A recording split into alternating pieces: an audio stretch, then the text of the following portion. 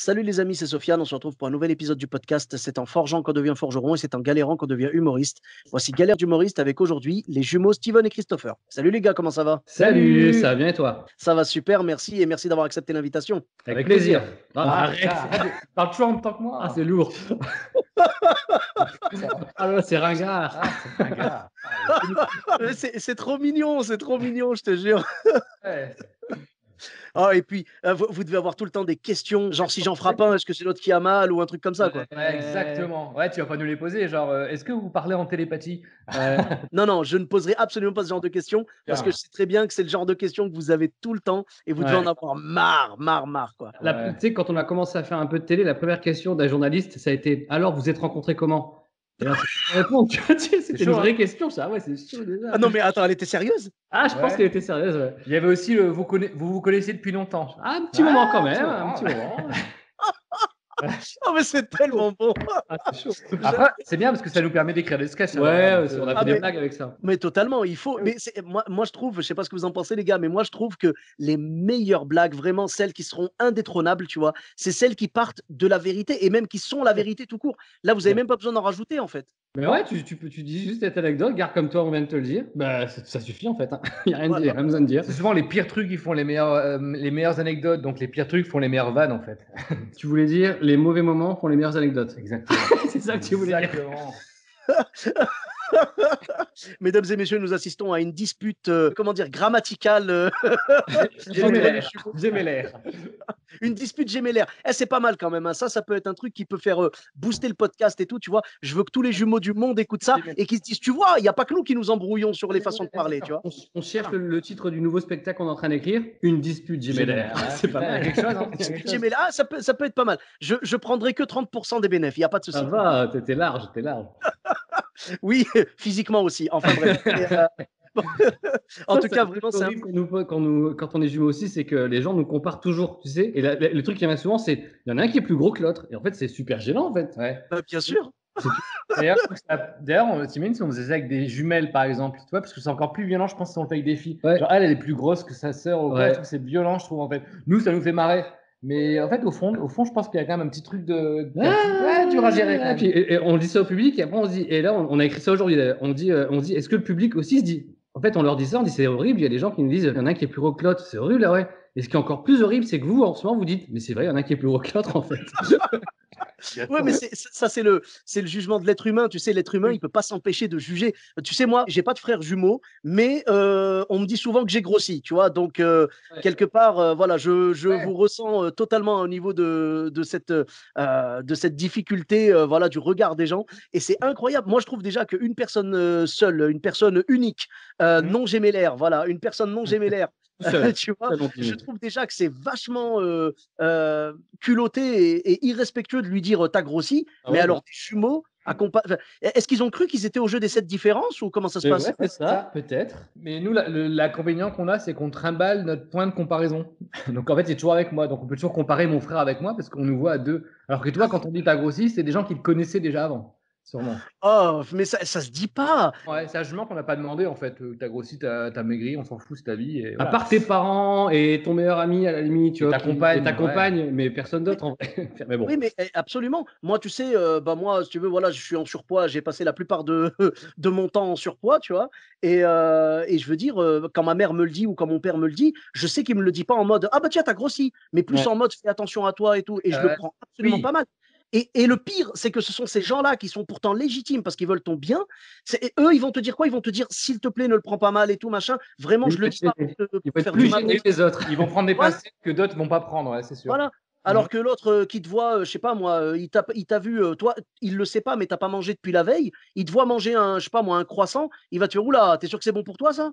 Mais ferme ta gueule. Moi, ce que j'ai envie de leur dire, tu vois, je l'ai écrit ça, j'ai préparé une vanne là-dessus parce que vraiment, j'en ai marre d'entendre ce genre de truc. Et j'ai envie de leur dire, tu sais, c'est pas forcément bon pour moi, mais par contre, si tu continues à parler de mon poids, c'est sûr que c'est très mauvais pour toi. Là, par contre, c'est ça. Enfin bref, en tout cas, on est soumis au regard des gens, mais c'est incroyable. Tu as le droit d'avoir un jugement dans ta tête, tu as le droit de penser ce que tu veux, mais ferme-la. Tu n'es pas obligé de le dire, quoi, tout simplement. On vient de passer de galère d'humoriste à galère de gros, là, d'un coup. Et Dieu sait que c'est souvent mon cas d'être dans galère de gros, c'est sûr. En tout cas, maintenant que tout ça est dit, moi je pense qu'on peut passer dans la bienveillance et tout. Alors maintenant, vous pouvez me dire lequel de vous deux est le plus gros. Moi, Non, je plaisante. C'est Je Christopher qui plaisante. répond et j'aurais vraiment l'élégance de ne pas dire que c'est Steven. Voilà. Merci. En fait, ça dépend. Ça dépend du moment. Mais là, Christopher a quand même un gros avantage. C'est qu'il sort de 15 jours d'hospitalisation. Enfin, juste en décembre, là, il est parti 15 jours, même plus, un peu plus que 15 jours à l'hôpital. Et du coup, il a perdu 10 kilos, mais c'est facile aussi. Et ouais, mon pote, péritonite, il n'y a que ça de vrai. Ouais, tu te fais opérer, appendicite, péritonite, tout ça, voilà, complications, bah, tu perds 10 kilos. Et moi, derrière, bah, je supporte pas la comparaison. Ouais. Mon pote. J'avoue qu'il y a eu tricherie. J'avoue qu'il y a eu Il y a eu tricherie quand triche, même. il y a eu triche, il y a eu triche. Moi aussi, je peux Ah, m'enlever. c'est sûr. Non, mais c'est vrai que, tu sais quoi, je risque de mettre fin à votre collaboration avec ces histoires de poids et tout. On va pas rester là-dessus parce que, tu sais, après, mon podcast va percer, mais uniquement parce que j'aurais créé la fin du duo Steven et Christopher, tu vois. Je pense que c'est pas la pire question. La pire question qu'on nous pose, c'est mais est-ce que vous avez envisagé de faire une carrière l'un sans l'autre? C'est solo. Parce que bon, à deux, c'est bien, mais allez-y tout seul, les gars. Et en fait, ils imaginent pas, ils comprennent pas que ce qui fait notre force, c'est d'être à deux, en fait. C'est pas Bien forcément sûr, c'est le solo. ping-pong, Oui. entre vous. Quand tu as un duo qui marche bien, quand l'un fonctionne sans l'autre, c'est dur, mais c'est faisable. Mais vous, on vous a connu justement parce que vous aviez ce ping-pong et puis ce côté jumeau qui est plutôt rare, tu vois. On en connaît peu des duos de jumeaux comme ça. C'est quand même, voilà quoi. Je crois qu'il y en a, enfin, moi, à ma connaissance, il y en a que 3. Je sais qu'il y a vous. Il y en a un qui était vers Toulouse, je crois, et il y a mes amis les jumelles que vous connaissez sûrement. Anne-Sophie. Ouais. Anne-Sophie, voilà, Anne-Sophie Cordin. Et donc, bah ouais, je veux dire, c'est quand même bizarre. Je les connais pas, les jumeaux de. C'est qui les jumeaux de Toulouse? Deux jumeaux, je crois que c'est enfin, j'ai joué avec eux à Chanteurs. Toulouse. Et je crois qu'ils sont des environs, je me rappelle plus comment ils s'appellent. Parce que nous, on connaît des jumeaux chanteurs du côté du sud-ouest. C'était les jumeaux Noël. Mais c'est des chanteurs, hein, c'est pas des humoristes. Et les jumelles Cordin, effectivement, du côté de Bordeaux. Ouais. En France, c'est tout ce qu'on connaît. Et là, on vient juste de découvrir qu'il y avait des jumeaux américains qui font du stand-up. Ouais, les Lucas Brothers. Les Lucas Brothers, ouais. Et on l'a découvert, je te jure, il y a une semaine. Et j'étais content de me dire, ah, enfin, on n'est pas seul. On n'est pas seul. C'est ça. Non, mais les deux jumeaux dont je vous parle, moi, je sais que j'avais joué avec eux dans un concours organisé par les Chevaliers du Fiel. Je crois que c'était dans le cadre du Printemps du Rire. Et on avait joué avec eux. Alors vraiment, je suis désolé, je leur présente mes excuses. Je me souviens plus de leur prénom. C'était nous, en fait. Hein. C'était nous, Sophia. Ah, mais d'accord, mais oui, Steven et Christopher. Mais je me disais bien que votre voix me disait quelque chose. Eh bien sûr, parce que quand on est à Toulouse, on fait l'accent de Toulouse. Mais ouais. Et puis Boutu. Mais là, on est dans le Nord. Donc on fait l'accent du Nord. Non, mais ils étaient très très bons. Hein. Je me souviens vraiment plus. Je crois alors, je sais qu'ils étaient portugais, ça c'est sûr. Français originaire du Portugal, j'en suis sûr. D'accord. Parce qu'ils en parlaient. Mais je me souviens plus. Enfin bref, en tout cas, ils étaient super gentils. Je les salue, j'en profite pour les saluer et bien sûr, ils seront les bienvenus dans le podcast également.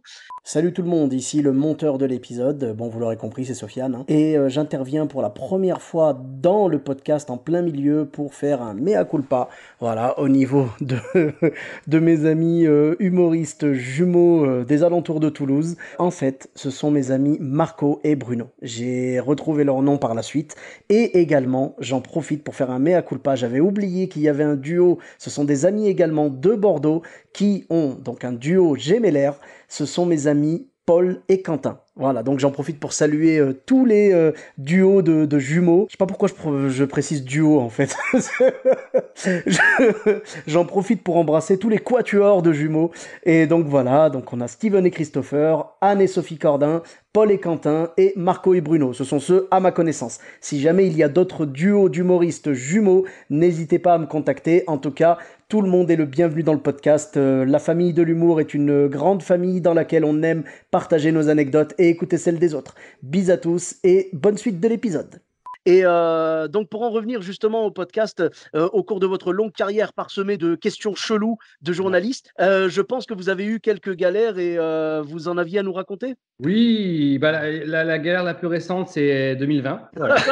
C'est l'année 2020. Voilà. Oui. C'est l'année de ta galère, ouais. Mais remarque, et 2021 se tient pas mal. Ça se défend pas mal pour l'instant. Non, vas-y, Steven. Alors, je vais laisser la parole à Steven parce que c'est Steven qui est sorti en premier. Il va te raconter une galère. Quand il m'a contacté, moi, la galère dont je me suis rappelé tout de suite, c'était en 2016, à peu près dans ces eaux-là. En fait, c'est la première fois qu'on fait un direct sur Rire et Chanson. Rire et Chanson, tous les mois, ils organisent un plateau qui est enregistré qui s'appelle les Open du Rire. Non, c'est en direct, tu viens de dire. Tu viens de dire, c'est en direct, tu dis c'est enregistré. Ah, mais c'est Non, enregistré non, je vois. Oui. En fait, je l'ai fait aussi en 2016 aussi d'ailleurs. Ouais, Et c'est enregistré, c'est-à-dire c'est en direct. Ouais, mais c'est après, là qu'on rencontré, mec. Tu te souviens plus de nous. non, c'était pas ça. Non, j'étais avec Oldelaf, Jason Brokers, c'était super. Hein, franchement, il y avait Jason Brokers, il y avait comment il s'appelle, Antoine Chomsky. Il y avait qui d'autre encore? Au plateau, beau niveau. Oui, très très bon niveau, c'est sûr. Et il y avait aussi Christophe Guibé. Donc vraiment, il y avait un très très beau plateau.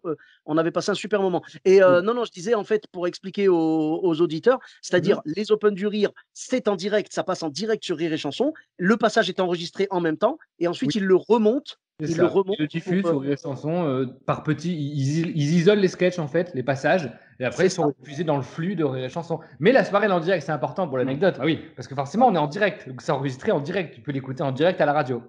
Et nous, donc c'était au grand point virgule. Au grand point virgule. Et en fait, on commence notre passage. Donc, tu as à peu près 15 minutes, 15-20 minutes, je pense. Voilà. Donc, on commence à faire notre sketch. Et à un moment, pendant qu'on fait le sketch, on voit le public un petit peu dissipé. Tu vois, ça commence à parler un peu dans la foule, mais voilà quoi. On se dit, ils s'en foutent. On se dit, on était en plein milieu du sketch. Il n'y a pas de respect. Il n'y a pas de respect. Les gens commencent à discuter entre eux et tout. Et nous, on est en direct sur les chansons. On ne peut pas s'arrêter en spectacle. Tu t'arrêtes, tu demandes ce qui se passe. Mais là, on est en direct. Les deux premiers rangs, ils ne nous regardent plus, en fait, ils ont la tête tournée vers derrière, tu vois, vers derrière, le troisième rang à peu près. Et nous, tu sais, quand tu es sur scène, tu as les lumières dans la gueule, donc tu vois pas vraiment la salle. Mais là, tu voyais à peu près qu'il y avait une petite émulation dans les 3-4 premiers rangs. Et du coup, au fur et à mesure, on a compris, parce que du coup, en fait, nous, on n'était plus du tout dans notre sketch, on regardait que ça, sachant qu'on était en direct sur les chansons, donc on faisait semblant d'être dans le truc. En plus, on faisait des personnages de mamie, je crois, à ce moment-là. Et donc, on regarde derrière, et en fait, on entend parler, elle va pas bien la dame, elle va pas bien la dame, elle va pas bien la dame. Et là, c'est là qu'on a vu des gens arriver, donc des pompiers. Des pompiers qui arrivent comme ça, et puis en fait, il y avait une femme dans le puits qui était en train de nous faire un petit malaise. Enfin, un bon malaise parce qu'elle était par terre, les pompiers qui arrivent. Ils l'ont allongé quand même au milieu de la rangée de fauteuils. Voilà, des chocages et tout. Et il y a un mec qui nous regarde et fait non, mais elle a un malaise, continuez. Continuez à nous faire rire, mais la dame, elle a un malaise. Il y a une dame qui est en train de mourir, faites-nous rire. Et nous, on est en direct à ce moment-là. Donc, et en fait, là, il y a tellement une ambiance chelou dans la salle qu'on est obligé de s'arrêter. Et là, c'est là que l'animateur de Rire et Chanson, qui est à l'époque. C'était Guillaume, je pense. Il vient sur scène, et professionnel, il fait bon, on va s'arrêter les jumeaux parce qu'en fait, on va vous expliquer, parce qu'on est en direct. Pour les auditeurs, il y a une dame qui vient de faire un petit malaise. Les pompiers sont arrivés, alors qu'il y avait une grosse panique dans la salle, tu sentais que c'était sérieux quand même. Et nous, on est sur scène, mais en mode troubadour, donc on doit faire rire les gens et tout, sauf que là, les gens s'en foutent complet de ce que tu es en train de dire à ce moment-là, parce que il y a les pompiers et tout. Et donc, vous jouez où en ce moment et tout? Du coup, on a eu une promo d'à peu près 10 minutes, parce qu'en fait, le temps que la dame soit déjà, les pompiers s'en occupent dans la salle. Donc, les pompiers, c'est dans la salle devant nous en train de s'en occuper, lui faire pas un massage cardiaque, mais ils essaient de la coucher sur le côté parce qu'on sait pas ce qu'elle a, si c'est une crise d'épilepsie, si elle a fait un malaise vagal. En vrai, mais bon, c'était pas très grave finalement. Mais nous, on savait pas à ce moment-là. Donc, elle est en train d'être animée devant nous. Et nous, on fait notre promo. Donc, on dit, on jouera tous les mardis et mercredis au stade du gymnase, on fait notre promo et tout. Parce qu'on sait que les gens, parce que Guillaume, il nous fait, déjà au début, nous on regardait dans les coulisses, il était à côté, puis il nous faisait un signe de la main comme si on devait continuer. Mais on lui dit, mais non, on ne peut pas continuer, Guillaume, ils sont en train de faire un malaise, enfin, un massage cardiaque, là, les pompiers. Et du coup, on a eu une promo de 10 minutes sur Rire et Chanson en direct. Ouais, c'était plutôt sympa. Et le truc, c'est qu'une fois que c'est fini, il fait bon, allez, on reprend les jumeaux. Maintenant, faites un thé d'applaudissement pour les jumeaux. Et nous, on est en mode, D'accord, donc ça a repris après la promo encore. Ouais, parce qu'on est en direct, on est toujours en direct sur Rire et Chanson. Il faut que l'émission se continue. Il n'y a pas de pub, vraiment, c'est 2 heures de direct. Donc on reprend. Et en fait, on s'est rendu compte d'une chose, c'est que finalement, on s'est dit, ça va être compliqué de reprendre quand même après ça et tout, en plein milieu d'un sketch. En plus, nous, on fait pas trop de stand-up, on était sur un sketch en plus, donc faut se remettre dans le truc et tout. Et en fait, les gens ont vite été avec nous. C'est-à-dire qu'on a senti que les gens étaient en mode, allez, on est avec vous. Il y a une solidarité qui se passe à ce moment-là. Tu vois, on est avec vous, c'est pas grave. Et en fait, quand t'écoutes, parce que le passage est passé sur Rire et Chanson, mais coupé, comme on disait tout à l'heure, ils l'ont sorti. Et en fait, il y a une coupure en plein milieu que t'entends même pas, même nous, alors qu'on sait très bien qu'il y a une coupure à ce moment-là. Donc c'est bien fait, quoi. Et on n'entend pas, donc c'était notre premier direct sur les chansons, donc on a refait depuis, il n'y a pas eu de malaise, donc mais c'est un peu spécial, ouais. D'accord, bah oui, j'imagine que vous avez interdit l'entrée à cette pauvre dame. Bah ouais, on a elle est morte. Alors, on a pris Oh, c'est glauque. on a pris ces nouvelles, elle a fait un malaise vagal et en fait on s'est dit si elle était morte, on aurait une anecdote de ouf. tu vois l'anecdote est marrante, mais elle est pas ouf. On va pas Ouais. J'avoue qu'elle a pas vraiment fait d'effort quand même, ouais. Ouais, elle a pu faire l'effort, mais bon, avec du recul, on est content. Nous, on lui dit, nous, on a dans 5 ans, on a un podcast Galère d'humoriste, ça aurait été cool que tu meurs quand même. Ça aurait été cool que tu meurs. Eh oui, t'aurais pu marquer en titre, ils ont tué une femme sur scène, tu vois, un titre à la ici Paris, tu vois, ça aurait été cool, mais non. Non, c'était pas son heure, Mais c'est sûr. Mais c'était pas le content. Non, mais heureusement, mais on est content que ça soit quand même bien passé. Et ouais, c'est sûr, on salue le professionnalisme de Guillaume Pau. Très très gentil. Je me rappelle, j'ai un très bon souvenir de rencontrer avec lui. Ah ouais, très sympa. Il a dû meubler le temps que ça se calme et tout, parce que en fait, ouais, comme tu le disais, je crois que c'est Steven qui le disait tout à l'heure, tu es obligé de faire durer la promo et tout, parce que clairement la soirée doit continuer, mais tu peux pas faire monter quelqu'un sur scène alors que en plein milieu tu as les pompiers et tout machin. Donc je comprends, il a été obligé de faire traîner en longueur. J'imagine qu'il a dû poser plein de questions et tout. Et racontez-nous votre parcours, tout ça, sur les 10 minutes de promo. À partir de quelle minute il vous a demandé lequel des deux était le plus gros? En arrivant sur scène, en montant, il fait, oui, tu as grossi, non, quoi. Pour lancer le truc, tu sais. Là, c'est lui. Et si dans pas longtemps, vous allez faire comme cette dame, hein, malaise, hein, c'est sûr. Il y a bien un caillou qui va se foutre dans votre grosse veine, là, pleine de gras. Ah ouais, il nous a tués. Là, mais ce qui est vrai, c'est que comme c'est de la radio, tu peux pas, parce que ça se passe en spectacle, à la limite, c'est pas filmé et tout, ça fait un moment, tu vas dans le public, tu parles avec les gens et tout, tu crées un instant. Mais à la radio, les gens qui sont devant leur transistor. Transistor, t'as parlé comme un mec de 90 ans. Ah ouais, grave. J'avoue, même quand je l'ai dit, j'y ai pensé. Ouais, j'ai vu. J'ai dit, t'as 3 cheveux blancs qui ont poussé au même moment que dit ça. Mais je suis vieux parce que j'ai 90 ans, tu le sais pas, c'est pour ça que je suis plus gros. Bon, et en fait. Non, et en fait, le mec devant sa radio, dans son autoradio, il s'en fout qu'on est en train de parler avec le public, lui, dans une émission. Donc c'est pour ça qu'on a fait une interview de 10 minutes. Même autoradio, c'est mieux.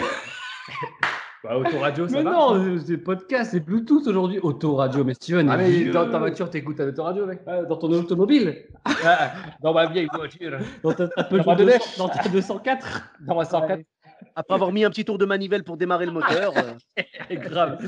Mais en tout cas, je compatis vraiment parce que ça a vraiment pas dû être facile. Je comprends ce que tu veux dire au niveau, tu es à la radio, donc tu dois pas perdre la face, tu es obligé de continuer, tu es obligé de meubler. Et derrière, ça me fait plaisir. Tu vois, j'avais peur quand tu m'as dit que vous aviez repris. J'ai eu peur que tu me dises, la salle, on n'a jamais réussi à la reprendre, tu vois, parce que les gens peuvent être un petit peu, tu vois, refroidis par ce qui vient de se passer et tout. Alors que là, non. Et je pense que c'est l'empathie, parce que le public a une certaine empathie. Si c'était, par exemple, quelqu'un sur scène qu'ils n'ont pas aimé ou ils n'ont pas aimé sa réaction, par exemple, je sais pas si vous aviez dit ah bah les pompiers, ouais, bah occupez-vous d'elle, nous on continue notre sketch. Là, je pense que les gens, vous les auriez jamais eu. Alors que là, ils ont vu que vous aviez de l'empathie pour elle et ils ont eu de l'empathie pour vous et ça a pu bien se terminer, quoi. Bien sûr, tu as raison, il y a une espèce de bienveillance dans la salle qui fait aussi qu'à un moment donné, on est plus sur un spectacle d'humour, il faut juste s'inquiéter de savoir comment la dame va. On demande vite fait avec la tête, les pompiers nous font un signe du pouce en disant ça va aller, on va l'évacuer, c'est un petit malaise vagal, tout va bien. Et puis après, show must go on. Et the show must go on, mais tu as raison dans le sens où c'est vrai que c'est dur de réagir quand tu as un truc comme ça en tant qu'humoriste parce que tu as toujours envie d'être drôle, mais il y a aussi le côté être drôle et être humain, quoi. Ne faire la vanne pour la vanne alors que tu sais pas ce qui se passe. Peut-être que potentiellement elle est en train de mourir, on sait pas ce qui se passe. Il faut faire attention. En fait, faut surtout faut être sur le fil toujours. Mais c'est un peu notre métier d'équilibriste, de toujours être un peu impertinent, sans être dans la facilité, sans être. Mais voilà, une fois que tu as l'empathie du public et nous on est très naturel sur scène, on est très sincère aussi. Et du coup, c'est vrai qu'on a réussi à reprendre très vite la salle et voir plus parce que comme tu dis, ils ont été avec nous tout de suite en mode allez, faites-nous rire, on fait notre dîner à minutes, ça se passe très bien et ça reste un bon souvenir au final. Ouais, bah, c'est bien que ça soit terminé comme ça. Et je rejoins ce que tu dis aussi par rapport au fait de ne pas vouloir faire de la vanne quand après il y a une situation qui est quand même incertaine, on ne sait pas comment ça va se passer et tout. Et ça me rappelle une petite anecdote que j'avais racontée dans le podcast avec Verino, c'est que j'ai raconté que j'étais au spectacle d'Ahmed Silla, j'avais fait sa première partie à Damary-Lélis, il y avait 1600 personnes dans la salle et il y a une dame qui a fait un malaise, alors je ne sais pas si c'était un malaise vagal ou je sais pas, mais en tout cas, voilà, c'était à 5 minutes de la fin, vraiment. Hein. Et il a été vraiment très, très pro. Et vous avez eu la même réaction, vous avez été très pro également, parce que lui, ce qu'il a fait, il a arrêté le spectacle. Donc, il y avait des secouristes et tout, comme il y avait 1600 personnes dans la salle, il y avait des secouristes. Voilà, voilà, il y a toujours du personnel comme ça pour aider au cas où. Ils sont partis voir la dame, ils ont vu qu'elle était vraiment pas bien et tout, et ils ont dit on va l'emmener à l'hôpital. Voilà, donc ils ont ramené un brancard, ils l'ont emmené à l'hôpital et tout. Et là, Ahmed Silla, je veux dire, il aurait pu reprendre une fois qu'ils sont sortis, mais il a été très pro et très humain, comme l'un de vous deux le disait à juste titre tout à l'heure. C'est que en fait, il a dit, mesdames et messieurs, ce que je vous propose. Là, tout de suite, la dame, on ne sait pas trop comment elle va, on ne sait pas si elle va s'en sortir ou pas. Là, il reste que 5 minutes de spectacle. Je vous propose vraiment, voilà, on arrête là. Il dit, si vous voulez, on arrête. Ah, pardon, t'as dit quoi? Oui, comme c'était la fin, c'est mieux de le faire comme ça et de discuter avec les gens, quoi. De dire, au lieu de faire une fin de spectacle alors que personne n'est dedans, autant en parler, quoi. C'est ça, c'est ça. Il a dit ce que je vous propose. Il dit, vous inquiétez pas, on va se retrouver dehors dans tous les cas. On tapera des photos, des snaps, je vous signerai des autographes et tout. Il dit, mais si ça vous dérange pas, je propose qu'on arrête là. Il dit, si vous tenez à voir la fin, je vous la fais. Mais honnêtement, tout le spectacle, c'est-à-dire tout ce qui avait à voir vraiment les gros effets et tout, vous les avez vus. Donc ça y est, là, c'est juste la fin, on finit gentiment. Il dit, c'est comme vous voulez. Et après, les gens, ils ont dit, ouais, ok, pas de problème, arrête et tout. Et du coup, il a dit, ok, alors vous me laissez 15 minutes pour prendre ma douche et puis je reviens. Et après, il a pris sa douche. 15 minutes après, il était dehors avec les gens et il a tapé 2 heures, 1 heure et demie ou 2 heures de dédicace et tout, avec le sourire, tu vois. Donc vraiment, c'est le côté humain. Après, si c'était arrivé à 10 minutes du début, là, peut-être qu'il aurait dit, mesdames et messieurs, je vous propose qu'on continue. On va peut-être prendre une pause, voilà, un petit entracte, et puis on reprend tout à l'heure. Là, il restait que 5 minutes. J'avoue que ça aurait été malvenu de continuer, quoi. Oui, en plus, si je me souviens bien, à la fin de son spectacle, Ahmed, il parlait de son grand-père. C'est pas dans ce spectacle qu'il parlait de son grand-père qui était pendant la guerre, qui était en première ligne, c'est ça, il me semble. C'était celui d'avant, c'est ça. C'est ça, oui. Un moment hyper beau et en même temps pas forcément drôle parce qu'il cherchait plus à ce moment-là de rire, mais hyper beau, c'est un hommage. Et c'est compliqué si c'était encore ça de finir là-dessus parce que c'est très personnel. Non, mais de toute façon, Ahmed, non seulement il est pro, oui, c'est clair, et en plus, c'est un mec qui est très, on le connaît bien, Ahmed, c'est un mec qui est très humain, qui est très bienveillant, donc ça m'étonne pas de lui. Ouais. Ah, mais c'est ça, il faut avoir une bienveillance et puis une empathie pour le public parce que ce sont des gens qui sont venus te voir, ce ne sont pas des tickets, tu vois. C'est ça, ouais. Le public, voilà. C'est toujours ce qu'on dit, on dit toujours le public, mais en fait, dans le public, c'est plein de gens différents, plein de personnes en fait. Au début, quand on commence une carrière, on a toujours tendance à oublier un peu ça. On dit on joue pour le public. Et comme tu vois pas grand-chose, quand tu es sur scène, tu vois des lumières, tu vois les 2 premiers rangs au pire. Pour toi, le public, c'est une masse de voilà. Alors qu'en fait, le public, c'est Martine, Roger, Sofiane. Tu vois, c'est vraiment des prénoms, c'est des gens qui ont une histoire. Et ça, c'est important de jamais l'oublier quand tu es humoriste, à mon avis. Bien sûr, bien sûr. Moi, d'ailleurs, ça me fait marrer. Il y a beaucoup d'humoristes qui font ça et j'aime bien ce truc-là. C'est que quand les gens sont vraiment pas nombreux dans la salle, tu sais, genre quand t'as que 5 ou 10 personnes, les mecs ils font, bah tu sais quoi, on est tellement peu qu'on va parler juste comme ça, genre avant de commencer le spectacle. Allez, c'est quoi ton prénom? C'est quoi ton prénom? Tu vois, ils font tout le tour de la salle. Et obligé, ça. Je trouve que c'est beau, tu vois. Alors, je crois que Gad ne le fait plus dans les Zéniths, ça, c'est terminé. C'est un peu long. Il a piqué à quelqu'un aussi, ça. Et voilà, et on fera pas la première partie de Gad. Voilà, bravo. Non, mais là, tu vois, quand tu joues dans des grandes salles et tout, ce côté-là, public, personne par personne, tu le perds. Ouais, c'est les inconvénients des grandes salles. Nous, ça nous rappelle une anecdote, ce dont tu parles, le fait d'aller parler avec les gens au début, s'il y a peu de monde dans une salle. On a joué au Bacchus à Rennes. Je sais pas si tu connais, mais l'ancien Bacchus, c'était une petite salle à Rennes de 50 places. Et en fait, un jour, on arrive au Bacchus, un mardi soir, et puis en gros, Marie, la proprio, elle dit bah, il y a une annulation, donc en fait, il y a un groupe qui devait venir, et c'était une vingtaine, ils ne viennent pas, et du coup, vous avez dans le public, vous avez 8 personnes. Non, le pire, on le sait pas. On sait qu'il n'y a pas beaucoup de monde, mais on apprend qu'ils sont 8 quand on arrive sur scène. En fait. C'est ça, ouais. On dit, mais on le sait pas. Il n'y a pas grand monde, mais je vous le dis pas. On est arrivé sur scène, 8. On sait les compter, ils sont devant nous. donc en fait, on a fait exactement ce que tu as dit. On a dit, on va pas commencer à faire comme d'habitude, faire semblant de rien, parce qu'au début, on a un début, on fait de l'interaction avec le public, mais là, devant 8 personnes, on a dit bon bah on va se présenter. Donc on leur a serré la main un par un, parce qu'on avait le droit à l'époque. Et puis on a dit en fait finalement, il y a le régisseur, vous êtes 8, on est 2, on est 11, on est une équipe de foot, ben on y va, on les investir et puis on se fait un petit spectacle. Et en fait, ça s'est super bien passé parce qu'en fait, en vrai, le fait d'avoir été par là chacun d'entre eux, on a créé vraiment plus que d'habitude un vrai lien entre nous tous.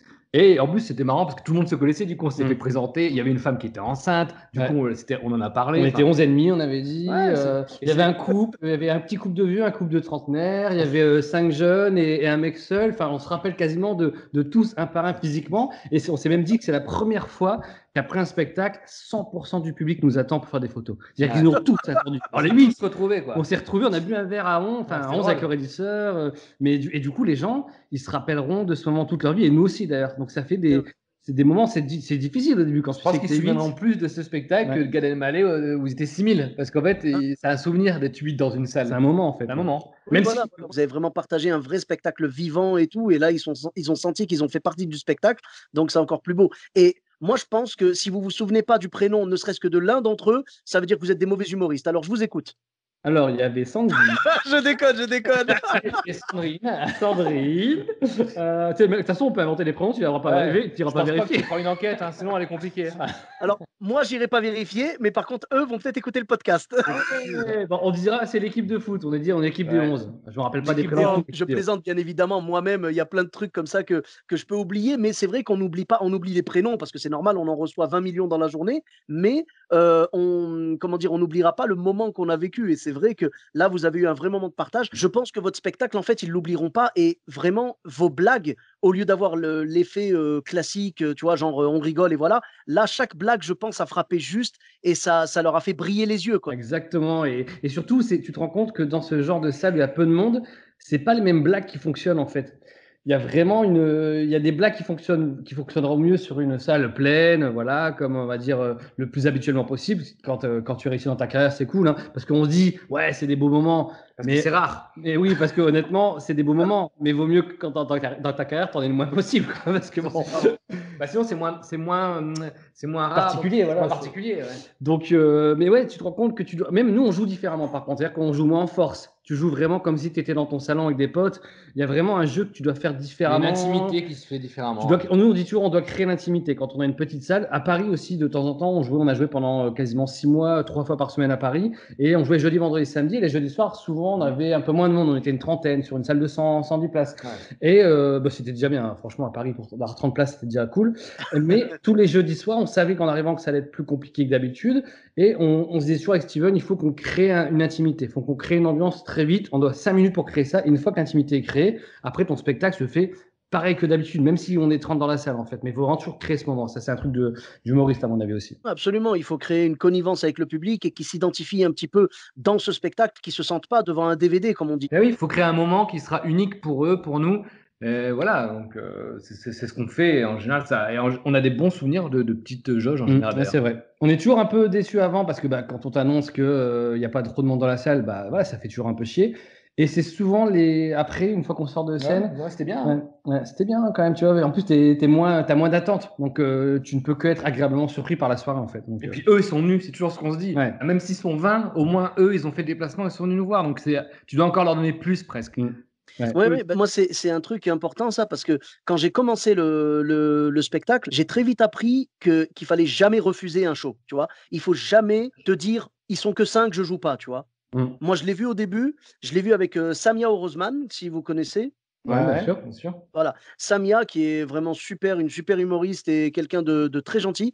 Elle m'a permis de faire sa première partie, donc c'était vraiment mes débuts. Et grâce à elle, du coup, le lieu qui accueillait son spectacle pour la première partie, c'est devenu mon théâtre finalement. Grâce à elle, en fait, j'ai réussi à trouver un lieu pour travailler mon spectacle et tout. Moi, je commençais dans l'humour et j'ai vu un truc, c'est que le premier soir, elle avait 2 personnes. Et le lendemain, elle avait la salle pleine. Et ça m'a donné 2 leçons. Parce que je lui ai demandé, je lui ai dit, il n'y a que 2 réservations, est-ce que tu vas jouer ou pas? Elle m'a dit, je n'annule jamais un spectacle, quel que soit le nombre de personnes dans la salle. Parce que ces personnes-là se sont déplacées pour venir me voir. Tu vois. Et j'ai trouvé ça beau. Et après, ce qui s'est passé, c'est que le lendemain, je l'ai vu donc jouer, je l'ai vu 2 soirs de suite. Je l'ai vu une première fois jouer devant 2 personnes et je l'ai vu le lendemain jouer devant une salle pleine. Et bien, franchement, les 2 soirs, c'était identique. Son jeu était pareil. Elle mettait la même énergie. Et ça, c'était la première leçon que j'ai eue dans l'humour. C'est, tu vois, les 2 premières leçons. Premièrement, quel que soit le nombre de personnes, on joue. Et deuxièmement, il faut jouer pareil que tu es la salle pleine ou que tu es la salle presque vide parce que les gens sont venus. Il faut que tu délivres la même énergie, la même performance. J'ai déjà assisté à des spectacles où j'ai entendu « Ah, ils sont que 9, ah ben je joue pas ». Et ça m'a déçu, moi. Moi, j'étais là genre dans le public ou quoi, et j'étais un peu déçu parce que je me disais, même si tu n'as que 2 personnes, ces 2 personnes-là, si ça se trouve, elles ont posé leur voiture, elles ont payé le parc-mètre, elles vont peut-être prendre une amende parce qu'elles sont mal garées, j'en sais rien. Elles ont peut-être payé une babysitter, elles ont peut-être réservé leur soirée, tu vois, plein de choses. Et ces gens-là, ils méritent. C'est comme si tu leur disais, en gros, je joue pas, vous n'êtes pas digne de recevoir mon humour, mais non. Ouais, eux, ils sont venus. Surtout que ces personnes-là sont là, en fait. Tu peux pas leur en vouloir. Tu peux en vouloir aux gens qui sont pas venus, mais tu peux jamais en vouloir aux gens qui sont venus voir ton spectacle. Donc ça, même si c'est pas facile. Hein. Nous, on a la règle d'or. Bon, le moins qu'on ait fait, c'était à Rennes, un 8, c'était le moins qu'on ait fait. Mais la règle d'or qu'on s'est toujours dit, c'est faut qu'on jouera à partir du moment où on est autant sur scène que dans la salle. Donc, faut qu'on soit au moins 2 et 2. Moins de 2, on joue pas. Après, en fait, je pense que ça dépend où tu joues, quand tu joues. Il y a plein de facteurs qui font. Moi, je pense que tu joues pas exactement de la même manière devant 2 que devant une salle complète. Mais tu joues avec la même générosité, mais pas avec la même intensité, parce que c'est quand même compliqué. Il faut quand même jauger un peu ton jeu. Mais nous, ce qu'on s'est dit, c'est en fait, si vraiment un jour on dit, il y a 10 personnes, vous voulez faire quoi? Nous, on ira les voir. On ira voir ces 10 personnes. On leur demandera s'ils veulent voir un spectacle à 10 dans une salle. Ça dépend aussi la capacité de la salle. Hein. Si c'est à 10 dans une salle de 50, ça va. Si c'est à 10 dans une salle de 200, c'est compliqué. Donc, ça dépend aussi de ça. Mais on s'est dit, on va les voir et puis on leur demande. Voilà. Comme ça, tu crées déjà un petit rapport. Ça vous gêne parce qu'il ne faut pas non plus qu'il y ait un malaise. Mais moi, je suis admiratif effectivement des humoristes qui jouent à Paris devant 2 personnes et qui jouent tout le temps parce que le faire une fois, c'est bien, mais faut vraiment pas baisser les bras, quoi, parce qu'à Paris, des fois, c'est compliqué. Après, là, tu m'as dit, elle joue devant 2 et le lendemain devant une salle complète. Si tu as cette échéance-là, c'est pas un problème, ça dépend des jours et tout. Mais si tu fais 10 dates d'affilée devant 3 personnes, je peux dire que même à Avignon, on en connaît des gens qui ont fait ça.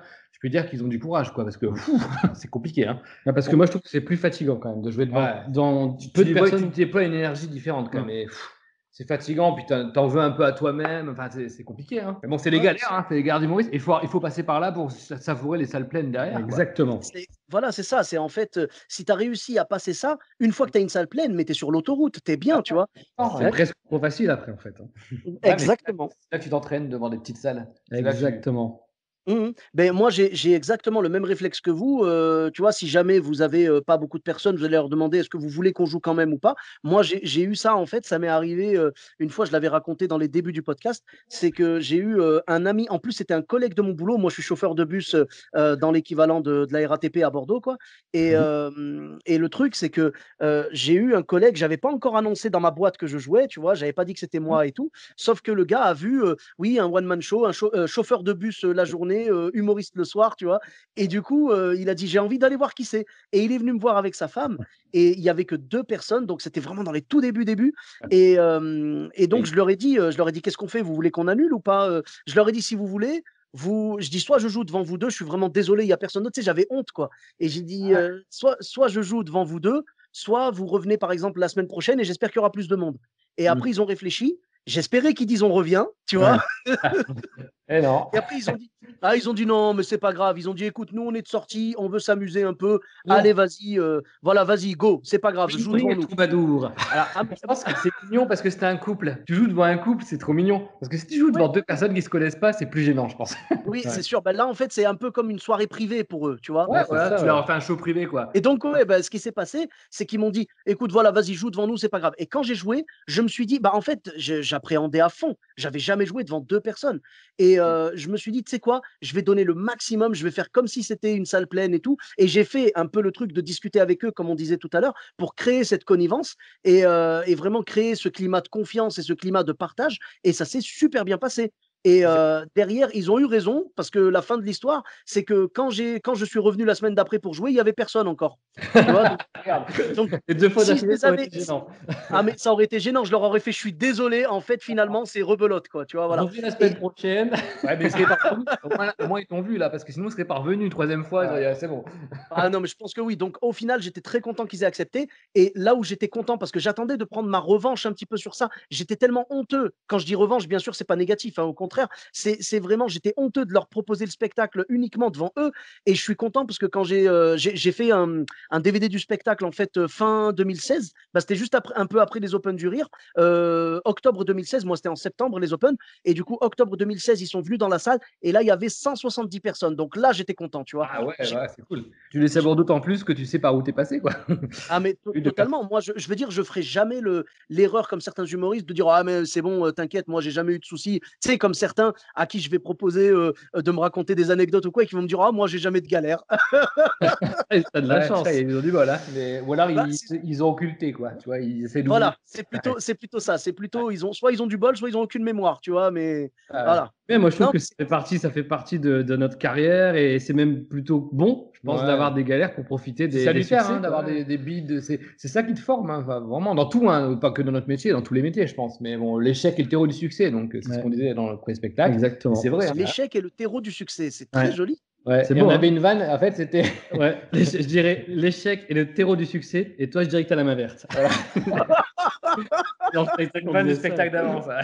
Je peux vous dire que j'ai pas mal cultivé et je continue encore, hein, c'est sûr. Ouais. Et Churchill disait cette très belle phrase aussi, il disait « Le succès, c'est d'aller d'échec en échec sans jamais perdre son optimisme. » C'est beau, hein. Ah ouais. Alors là, Churchill, vraiment, il avait des belles phrases. Hein. Churchill, on dira ce qu'on voudra, mais il avait son petit parler. Il avait son petit parler quand même. Et Beck BD disait qu'est-ce que c'est un succès finalement ce n'est pas autre chose qu'un échec raté. C'est beau, c'est beau. Ah ouais, franchement, ouais, c'est une philosophie, en fait, tu sais, c'est comme les fameuses histoires qu'on entend sur Edison, tu sais, avec l'invention de l'ampoule et tout, machin. Steve Jobs, voilà. Einstein, quand il était petit, qui était un raté, enfin, qui était un élève vraiment médiocre et qui après est devenu un génie. Michael Jordan, à qui on avait dit qu'il ferait jamais de basket parce qu'il n'avait pas le niveau. Tu vois, il y en a plein des comme ça. C'est en vrai, hein. C'est vrai. Hein. Il y a un super livre qui s'appelle Les Vertus de l'échec, que notre premier metteur en scène nous avait offert et qui est magnifique. C'est un livre que je peux que conseiller, mais pas qu'aux humoristes, parce que c'est vraiment à tout le monde, je veux dire, parce que je trouve que l'échec est un peu perçu comme honteux, tu vois, à l'école on t'apprend que l'échec c'est pas bien et tout, et je pense que l'échec c'est vraiment salutaire, et ce bouquin te l'explique, et justement tout ce que tu viens de dire, Michael Jordan, Steve Jobs, tous ces gens qui ont réussi, ils sont vraiment passés par des moments très difficiles, et le livre, c'est un livre qui s'appelle Les Vertus de l'échec, et c'est vraiment un super bouquin à lire, quoi. D'accord, je te remercie pour la suggestion. Vraiment, la recommandation de ce livre, ça a l'air vraiment super intéressant. Et tu en as plein des comme ça. Je crois que celui qui m'avait le plus marqué, c'était Walt Disney qui avait été viré d'un truc ou quoi. Et on lui avait dit, ou alors, genre, il avait postulé pour dessiner et tout. Et on l'avait refusé en lui disant qu'il manquait d'imagination. C'est fou, ça, quand même. Ah, c'est marrant, hein, c'est tous les visionnaires, les créateurs, comme Steve Jobs qui se fait virer de sa boîte et qui revient avec un super ordinateur. Enfin, il y en a plein des comme ça. Franchement, on pourrait en citer 10 000, quoi. En fait, le truc, c'est que dans notre société, on cultive, tu vois, genre, c'est la culture de la réussite et tout. Tu sais, on veut que te parler du côté bling-bling des gens qui ont réussi et tout. Alors que, justement, moi, je trouve que ce serait beaucoup plus inspirant de montrer leur parcours et de montrer qu'ils se sont plantés. Je crois que j'avais lu, alors, il faudrait que je regarde encore, mais j'avais vu que l'histoire du mec qui avait inventé le KFC, tu vois. Genre, tu sais, le colonel Sanders ou un truc comme ça. Toute sa vie, il s'est planté, il s'est fait virer, il a fait plein de trucs, il a fait faillite, je sais pas combien de fois. Et à un âge très avancé, donc je pense que c'est l'âge qu'on voit sur le logo de KFC, tu vois. À un âge très avancé, il s'est décidé à se lancer dans le poulet mariné, tu vois. Et allez, c'est parti, quoi. Ouais, et puis c'est tellement plus rassurant, finalement, d'apprendre que des gens ont échoué, que juste frustrant de voir les réussites. Puis les réussites, c'est une part infime de tous ceux qui ont tenté ou qui ont entrepris quelque chose, en fait. Donc, c'est pas grave d'échouer tant que tu te relèves, en fait. Voilà, Je sais plus qui disait une phrase, c'était peut-être Churchill encore, hein, mais je sais plus qui disait une phrase du style tomber 999 fois et se relever 1000 fois, ou genre 99 et se relever 100. Tu vois, voilà, l'essentiel, c'est de se relever une fois de plus que ce que tu es tombé. Et comme ça, tu as gagné, tu vois. Voilà, c'est inspirant, et autant pour moi que pour vous, que pour tous les autres humoristes, tu vois, on peut se dire que finalement, si jamais on plante notre carrière, qu'on n'arrive pas vraiment à décoller et tout, la bonne nouvelle, c'est que vers l'âge de 80 ans, on pourra toujours lancer une marque de poulet mariné et frit. C'est une belle conclusion. Belle conclusion. Merci beaucoup, Steven et Christopher. Merci beaucoup pour ces belles anecdotes et ces belles réflexions. Où est-ce qu'on peut vous retrouver sur les réseaux sociaux? Alors, on a une page Facebook, Instagram, Twitter. Pour nous trouver, toujours, c'est les jumeaux humour. Steven et Christopher, Steven avec 2 E, parce que c'est hyper compliqué à écrire. Sur YouTube, des fois, il faut marquer Steven et Christopher, parce qu'on ne trouve pas forcément les jumeaux. Voilà, les jumeaux, Steven et Christopher, les jumeaux humour sur Instagram, c'est le mieux. Parfait, merci beaucoup. Pour ma part, vous me retrouvez sur tous les réseaux sociaux, Sofiane et Taï, E2TAI, sur Facebook, Twitter, YouTube, Instagram et TikTok. N'hésitez pas à laisser 5 étoiles et un commentaire sur Apple Podcast et sur Podcast Addict. Je vous dis à très bientôt pour un nouvel épisode. Bis à tous, même à toi là-bas.